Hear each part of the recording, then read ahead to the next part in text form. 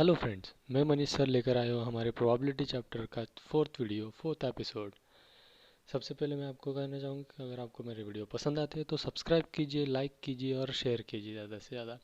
इससे पहले के वीडियो में हम देख चुके हैं कि सबसे पहले वीडियो में हमने देखा बेसिक इन्फॉर्मेशन रिगार्डिंग प्रोबेबिलिटी, फिर देखा हमने एडिशन थ्योरम, फिर देखा हमने मल्टीप्लिकेशन थ्योरम और कंडीशनल प्रोबेबिलिटी। इस वीडियो में हम आप देखने जा रहे हैं एक नया कंसेप्ट जिसका नाम है इंडिपेंडेंट इवेंट। ठीक है, सो ये एक ही कंसेप्ट हम इस वीडियो में कंसिडर करेंगे। इस वीडियो में देखेंगे इंडिपेंडेंट इवेंट। सो इंडिपेंडेंट इवेंट मतलब क्या, उसका क्या मीनिंग होता है, वो इंडिपेंडेंट इवेंट क्यों कहते हैं उसे। वैसे तो नाम से हमें पता चल जाता है कि इंडिपेंडेंट मतलब किसी पे भी डिपेंडेंट ना रहने वाला। So concept required to understand this concept, random experiment, sample space, ये सब मतलब आपको पता है।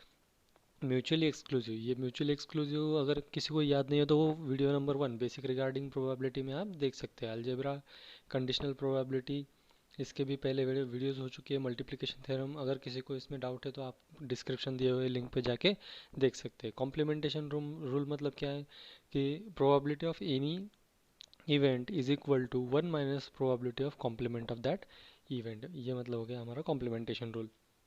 ठीक है, अब डेफिनेशन ऑफ इंडिपेंडेंट इवेंट, उसकी क्या डेफिनेशन है।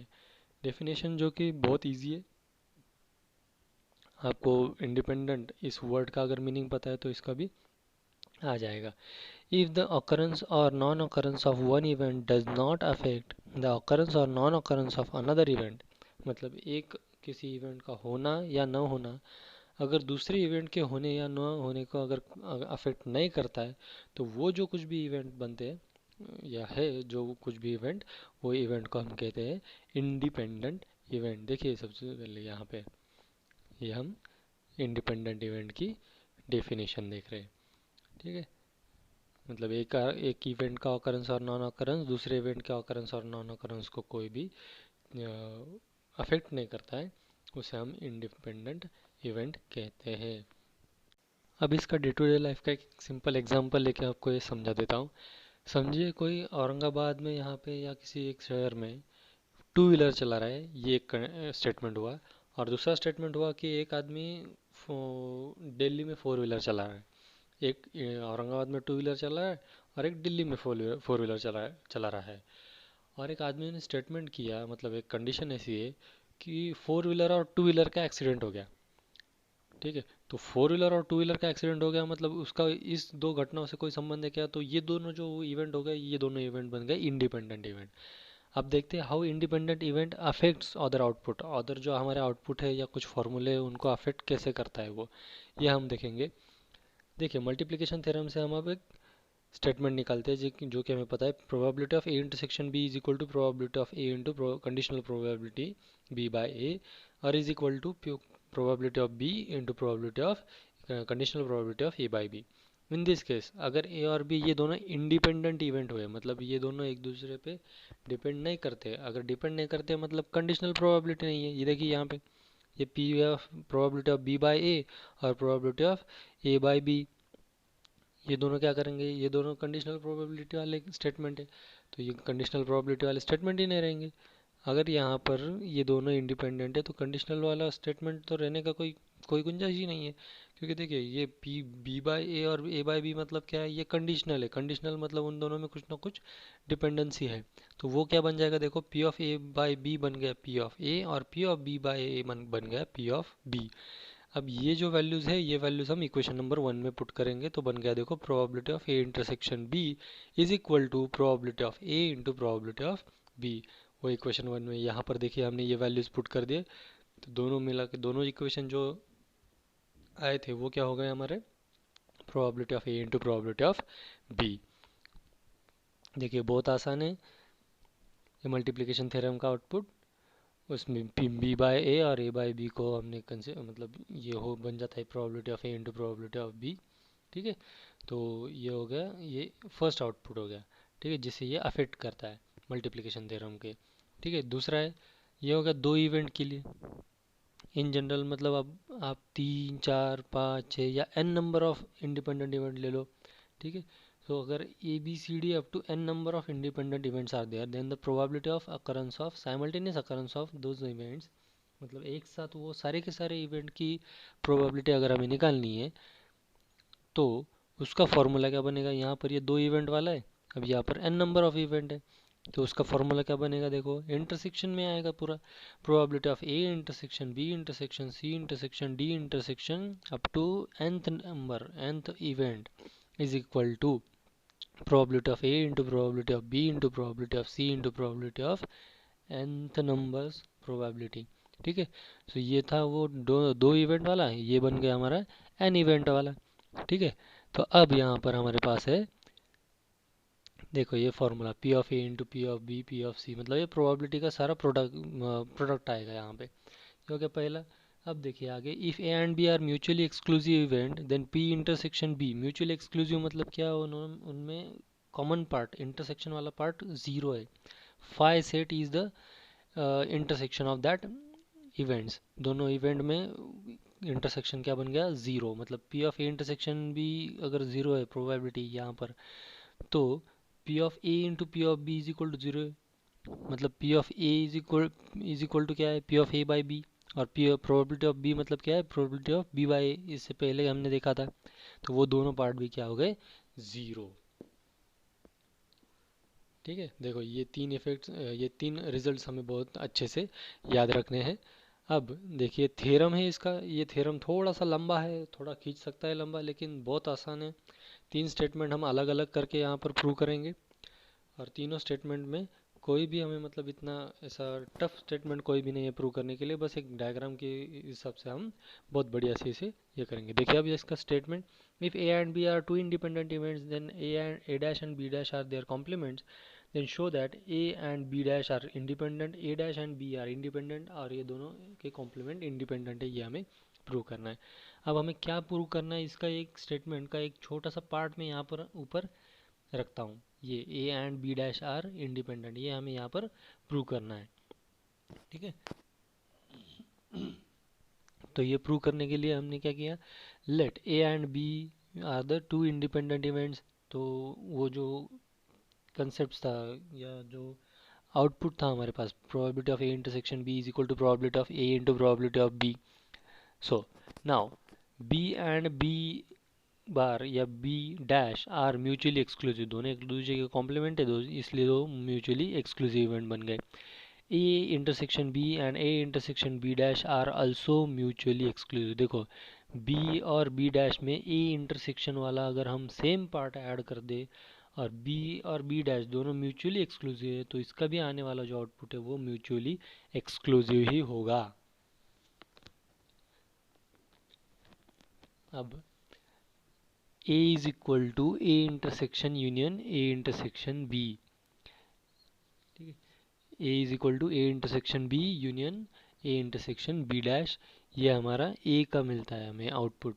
ठीक है, so according to the addition theorem of mutual exclusive events, उसमें क्या मिलेगा हमें, प्रोबेबिलिटी ऑफ ए, अब इसमें प्रोबेबिलिटी ऐड कर दें हम, तो probability of A is equal to probability of A intersection B plus probability of A intersection B dash. अब ये थोड़ा सा यहाँ पे हम डायग्राम का देखते हैं, यहाँ पर एक डायग्राम, ये जो ए वाला स्टेटमेंट है, ये जो स्टेटमेंट है, इस स्टेटमेंट को दिखाने के लिए, शो करने के लिए हम एक वेन डायग्राम ले रहे हैं यहाँ पे। देखिए ये डायग्राम है, अब इस डायग्राम में देखो ये हो गया ए और ये हो गया बी इवेंट, दोनों का इंटरसेक्शन मतलब ए इंटरसेक्शन बी, इसमें हमें कोई भी डाउट नहीं है, कोई प्रॉब्लम भी नहीं है। अब जो जो दूसरी टर्म है, मतलब क्या है, A intersection B dash B complement, तो ए इंटरसेक्शन बी कॉम्प्लीमेंट मतलब क्या, बी में नहीं, जो बी में नहीं फिर भी ए के साथ है, वो कौन है, वो ये पोर्शन है जो हम यहाँ डायग्राम में शो कर रहे हैं। ठीक है, तो वो बन जाता है ए इंटरसेक्शन बी डैश। देखिए अब A intersection B dash union A intersection B, मतलब क्या बन गया, पूरा ए बन गया, दैट्स वाई ये रिजल्ट जो है हमारा, ये रिजल्ट हमें मिलता है, दोनों दोनों को मिला के देखिए क्या बनता है, ए। ठीक है, दोनों को मिला के ए बन गया। अब यहाँ पर देखिए probability of A intersection B plus probability of A intersection B complement है, सो अब यहाँ पर ये जो probability of A intersection B है, इसके लिए हम हमारा जो हमारे पास थ्योरम जो है वो थ्योरम यूज़ करेंगे। क्या थ्योरम है हमारे पास, जो ऊपर लिखा हुआ है देखो यहाँ पे, probability of A intersection B is equal to probability of A into probability of B. अब हमें वैल्यू निकालनी है probability of A intersection B complement की, तो ये एक टर्म इधर रख देंगे, ये जो pure probability of A into probability of B जो है उसको LHS में भेज देंगे। ठीक है, तो ये क्या बन गया देखो, probability of A intersection B dash is equal to probability of A into probability of A into probability of B. उसमें से पी ऑफ ए वाली वैल्यू जो है वो कॉमन निकालेंगे। अब कॉमन निकालने के बाद क्या रह गया देखो वहाँ पे, probability of A is equal to 1 minus probability of B. ठीक है, सो यहाँ पर देखिए 1 minus probability of B, complementation law, complement में उस रूल में क्या था कि probability of B is equal to 1 minus probability of B complement, यहाँ पर आएगा probability of A into probability of B dash, क्योंकि 1 माइनस प्रोबेबिलिटी ऑफ बी है यहाँ पर, इसलिए उसमें से थोड़े से रीअरेंज टर्म करा के ये टर्म हमने लिख लिया। अब ये दोनों मल्टीप्लिकेशन में आए, इसका मतलब क्या, ए और बी डैश आर इंडिपेंडेंट। ठीक है, अब आगे देखिए यहाँ पर हमें प्रूव करना है। अब हमें यहाँ पे प्रूव करना है ए डैश और बी आर इंडिपेंडेंट। देखिए फिर भी इसलिए इसके लिए भी वही रूल हम यूज़ करेंगे, probability of A intersection B is equal to probability of A into probability of B, दोनों के लिए वही रूल यूज़ किया जाएगा। अब यहाँ पर पिछले आउटपुट में हमने क्या चेक किया था, ए इंटरसेक्शन ए और sorry B and B dash are mutually exclusive, यहाँ पर हम कंसिडर कर रहे हैं ए और A dash are mutually exclusive. वहाँ पर भी हमने क्या किया था, सेम पार्ट ऐड किया था, यहाँ पर भी सेम पार्ट ऐड करेंगे, इंटरसेक्शन बी, इसलिए ये दोनों भी म्यूचुअली एक्सक्लूसिव इवेंट्स बन जाएंगे। और वहाँ पर ए इज इक्वल टू आया था, यहाँ पर बी इज इक्वल टू आएगा A intersection B union A complement intersection B. इसकी भी डायग्राम के साथ हम देखते हैं, यहाँ पर एडिशन थ्योरम ऐड किया तो probability of B is equal to probability of A intersection B plus probability of A complement intersection B. अब यहाँ पर देखो ये हो गया इंटरसेक्शन बी, इसमें तो कोई प्रॉब्लम नहीं है। अब ए कॉम्प्लीमेंट चाहिए, ए कॉम्प्लीमेंट मतलब जो ए में नहीं है लेकिन बी के साथ फिर भी उसकी इंटरसेक्शन है, मतलब क्या हुआ, ये जो पार्ट जो हम शो कर रहे डायग्राम में वो हो गया ए इंटरसेक्शन बी, और दूसरा वाला जो पार्ट है वो दोनों मिला के बन गया बी इवेंट। ये यहाँ का स्टेटमेंट का ये हो गया डायग्रामेटिकल प्रूफ। अब यहाँ पर फिर से हम क्या करेंगे, P of A intersection B के लिए जो हमारे पास स्टैंडर्ड रिजल्ट है वो रिजल्ट यूज़ करेंगे, P of A into P of B. तो वो रिजल्ट यूज़ करने के बाद क्या बन गया, ये probability of A into probability of B plus probability of A complement intersection B. अब probability of A intersection B की वैल्यू निकालनी है, इसलिए ये प्रोबेबिलिटी ऑफ ए और प्रोबेबिलिटी ऑफ बी को हमने दूसरे साइड कर दिया। ठीक है, तो क्या बन गया statement, therefore probability of A complement intersection B is equal to probability of B minus probability of A into probability of B. इसमें से प्रोबेबिलिटी ऑफ बी कॉमन निकलेगा। ठीक है, तो प्रोबेबिलिटी ऑफ बी कॉमन निकालने के बाद क्या बचा ब्रैकेट में 1 माइनस प्रोबेबिलिटी ऑफ ए, जैसे कि पहले हमने रूल यूज़ कर चुके हैं कॉम्प्लीमेंटेशन का, उस कॉम्प्लीमेंटेशन के रूल में देखिए probability of B into probability of A dash मतलब ए कॉम्प्लीमेंट। अब ये दोनों मल्टीप्लिकेशन में आ गए, उसकी प्रोबेबिलिटी मतलब क्या हुआ, ए डैश और बी आर इंडिपेंडेंट इवेंट्स, जो हमने कहा था वो हमने प्रूव करके दिखाया है। ये हो गया हमारा सेकंड प्रूफ, और ये से ही हमें अब थर्ड प्रूफ भी प्रूव करना है। इसमें शायद ही आपको किसी को कोई प्रॉब्लम होगा, एकदम बढ़िया से हमने इसको कवर कर लिया है। ठीक है, अब third proof, A dash and B dash are independent, A dash मतलब A complement B complement are independent, ये हमें अब प्रूव करना है। इसके लिए हम एक डिमॉर्गन्स लॉ नाम का एक लॉ है वो लॉ यूज़ करने वाले हैं। उस लॉ का जो आउटकम है वो आउटकम क्या होता है वो देखिए अब यहाँ पर, probability of A complement intersection B complement is equal to probability of A union B complement is equal to, यहाँ पर प्रोबेबिलिटी ऑफ किसी भी इवेंट का अगर कॉम्प्लीमेंट लेते हैं तो P of A complement is equal to 1 minus P of A हो जाता है। तो यहाँ पर हुआ क्या, सिर्फ ए की जगह पे ए यूनियन बी आ गया, तो उसका प्रोबेबिलिटी क्या आएगा, उसका आगे सोल्यूशन क्या आएगा 1 minus probability of A union B. तो ये हो गया डी मॉर्गन्स लॉ। यहाँ आके आप क्या करेंगे, ये 1 minus P probability of A union B. अब देखो यहाँ पर ये क्या है, probability of A dash intersection B dash मतलब कॉम्प्लीमेंट लॉ है। तो ये डी मॉर्गन्स लॉ क्या कहता है, cut the line change the sign, मतलब ये जो कॉम्प्लीमेंट वाला है वो कॉम्प्लीमेंट को अगर आप ब्रैकेट को दे दो तो अंदर वाला जो साइन है वो साइन चेंज हो जाता है, यहाँ पर भी वही हुआ। देखो ए डैश इंटरसेक्शन बी डैश है, इस ब्रैकेट में देखो वो क्या जाके बन गया, A union B whole dash. ठीक है, तो अब ये 1 minus P probability of A union B है, उसमें अगर हम वो हमारा थ्योरम यूज़ करें तो वो थ्योरम के लिए क्या बन जाएगा, ये देखो ये थ्योरम क्या बन जाएगा, 1 minus in bracket probability of A plus probability of B minus probability of A intersection B. ये एडिशन थ्योरम हमारे पास था। ठीक है, अब ये एडिशन थ्योरम हमारे पास है तो इसमें और कुछ ऐड हो सकता है। देखो ये probability of A intersection B, अगर ये दोनों इंडिपेंडेंट इवेंट रहे तो हमारे पास आउटकम है, या फिर वो मल्टीप्लिकेशन थ्योरम का आउटकम है हमारे पास। क्या वो आउटकम है, 1 minus probability of A plus probability of B minus probability of A into probability of B. ये हमें कहाँ से मिला, आउटकम से। अब माइनस साइन से बीच में मल्टीप्लाई कर देंगे, ये बन गया 1 minus probability of A minus probability of B plus probability of A into probability of B. ये देखो अंडरलाइन सेक्शन में से हम प्रोबेबिलिटी ऑफ बी कॉमन निकालेंगे, minus probability of B common निकालेंगे, तो क्या मिलेगा, ये 1 minus probability of A minus probability of B into 1 minus probability of A. इसमें से भी ये 1 माइनस प्रोबेबिलिटी ऑफ ए, ये दोनों टर्म में से हम कॉमन निकालेंगे, ये अंडरलाइन जो टर्म है ये टर्म हम कॉमन निकालेंगे कि तो क्या बचेगा, 1 minus probability of A into 1 minus probability of B. अब ये इसका क्या आंसर आएगा ये तो बताना आपको एकदम ईजी हो जाएगा कि 1 माइनस प्रोबेबिलिटी ऑफ ए मतलब बन जाता है प्रोबेबिलिटी ऑफ ए कॉम्प्लीमेंट, और 1 माइनस प्रोबेबिलिटी ऑफ बी बन जाता है प्रोबेबिलिटी ऑफ बी कॉम्प्लीमेंट। सो यहाँ पर हमने ये भी प्रूव करके दिखा दिया कि ए कॉम्प्लीमेंट और B complement are independent events. ठीक है, तो इस थ्योरम के हमने तीनों सेक्शंस अच्छे से प्रूव करा के दिए हैं।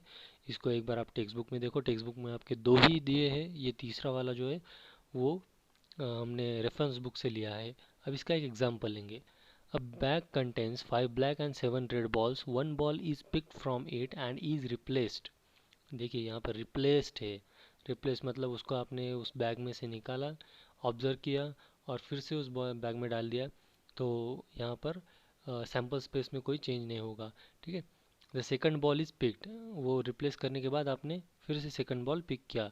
What is the probability of having red balls in both the cases, मतलब एक बैग में से एक बॉल निकाला, वो चेक किया, फिर से वो उसी बैग में डाल दिया, फिर से दूसरे टाइम मतलब वही दूसरे टाइम एक बॉल निकाला, और दोनों टाइम हमने रेड बॉल बाहर निकाला, इसकी प्रोबेबिलिटी क्या है ये हमें चेक करना है। ठीक है, ऐसे टाइप के एग्जांपल में हमें ये थ्योरम का यूज़ है। ठीक है, ये थ्योरम का मतलब इंडिपेंडेंट इवेंट्स का यूज़ हमें करना है, एकदम इजी है। ठीक है, तो इसके लिए देखिए हमारे पास सबसे पहले तो हमें प्रोबेबिलिटी का वो रूल पता होना चाहिए कि सबसे पहले हम क्या करते हैं, सैम्पल स्पेस एस कंसिडर करते हैं, फिर कोई इवेंट कंसिडर करते हैं ए और बी। ठीक है, तो इस एग्जांपल में हमारे पास क्या है कि पिक करो, ऑब्जर्व करो, फिर से बैग में डाल दो, फिर उसको शफल करो, फिर उसमें से एक बॉल निकालो। ठीक है, समझ समझ में आ रहा है। So first case, let A be the event of picking a red ball. A event कर लिए, कंसिडर कर लिया हमने कि रेड बॉल है। ठीक है, सो रेड बॉल टोटल कितने हैं उसमें, 7 रेड बॉल्स है, करेक्ट। और टोटल कितनी हो गई, 7 और 5 12। अब रेड बॉल वाला जो इवेंट है वो रेड बॉल इवेंट हमें कंसिडर करना है ए, तो एन ऑफ एस कितना बन गया, एन ऑफ एस मतलब ऑल द पॉसिबल आउटकम्स। ठीक है, तो वो बन जाता है ये 7 + 5 12, 12C1। सही कहा हमने, 12C1। तो 12C1 मतलब कितना होता है, 12C1 का मतलब कितना, 12, करेक्ट। तो एन ऑफ एस में कितना आया, एन ऑफ एस मतलब नंबर ऑफ टोटल आउटकम्स 12 आ गए। ठीक है, अब ए इवेंट की बात करते हैं। ए इवेंट मतलब क्या हो गया, कितने रेड बॉल्स है टोटल, 7 रेड बॉल्स। ठीक है, 7 रेड बॉल्स मतलब कितना हुआ, एन ऑफ ए 7C1, मतलब वो 7 बचे हुए रेड बॉल में से हम एक बॉल पिक करने वाले हैं। सो 7 C1 मतलब 7। अब हमारे पास A1 एन ऑफ ए भी है, एन ऑफ एस भी है, तो प्रोबेबिलिटी का पता है हमें formula, N of A divide by N of S. N of A है 7, एन ऑफ एस है 12, तो प्रोबेबिलिटी कितना आएगा, 7/12। ये हो गया प्रोबेबिलिटी ऑफ ए इवेंट का प्रोबेबिलिटी, मतलब फर्स्ट पिक हमने उसमें से किया, बैग में से किया, तो वो रेड बॉल निकलेगा, ये प्रोबेबिलिटी क्या है, 7/12। as second pick is done after replacing the first ball. Thus sample space is same. देखो सही बात है। अगर आप वो बैग में से एक रेड बॉल चूज कर रहे हो, एक बॉल पिक कर रहे हो, वो रेड बॉल है और वो बॉल फिर से आपने वो बैग में डाल दिया, तो कितने बॉल थे? 5 7 और 5 12। और फिर से ऑब्जर्व करके डालने के बाद भी उसमें वो बॉल को आपने साइड में रख दिया क्या? नहीं। ठीक है। सो सैम्पल स्पेस यहाँ पर सेम रहेगा। So let B the event picking red ball in second pick. ठीक है। सो एन ऑफ एस और एन ऑफ बी दोनों सेम रहेंगे क्योंकि रेड बॉल उसमें 7 ही रहने वाले हैं और टोटल बॉल्स भी वहाँ पर 12 रहने वाले हैं। इसलिए प्रोबेबिलिटी ऑफ बी भी कितनी आएगी? कोई मतलब ये रॉकेट साइंस नहीं है, ये डायरेक्टली हम कह सकते हैं कि probability of B is equal to 7/12। ठीक है। सो ये हो गई प्रोबेबिलिटी ऑफ ए और ये हो गई प्रोबेबिलिटी ऑफ बी, दोनों सेम आ गए। अब हमें क्या करना है कि finding the probability of having red balls in both the cases. अब यहाँ पर रिप्लेसमेंट हो चुकी है और एक के बाद एक हमने बॉल्स वहाँ से पिक किए, इसलिए ये दोनों इंडिपेंडेंट इवेंट हो गए। Therefore probability of A intersection B is equal to probability of picking a red ball in both the events. मतलब P of A into P of B. अब पी ऑफ ए की value क्या है हमारे पास? 7/12। P of B की value क्या है हमारे पास? 7/12। दोनों का मल्टीप्लिकेशन करो, कितना आएगा? 7 × 7 आएगा 49, 12 × 12 आएगा 144। तो ये हो गया हमारा आंसर 49/144। किसकी प्रोबेबिलिटी है वो? Having a red ball in both the case. Thank you for watching videos. अगले सेक्शन में हम देखने वाले बायस थ्योरम, जो कि बहुत बढ़िया कंसेप्ट है, बहुत इंपॉर्टेंट कंसेप्ट है। उससे पहले आपको कह चुका हो कि अगर आपको वीडियो पसंद आ रहे हो तो लाइक शेयर और मेरे चैनल को सब्सक्राइब करना ना भूले। Thank you.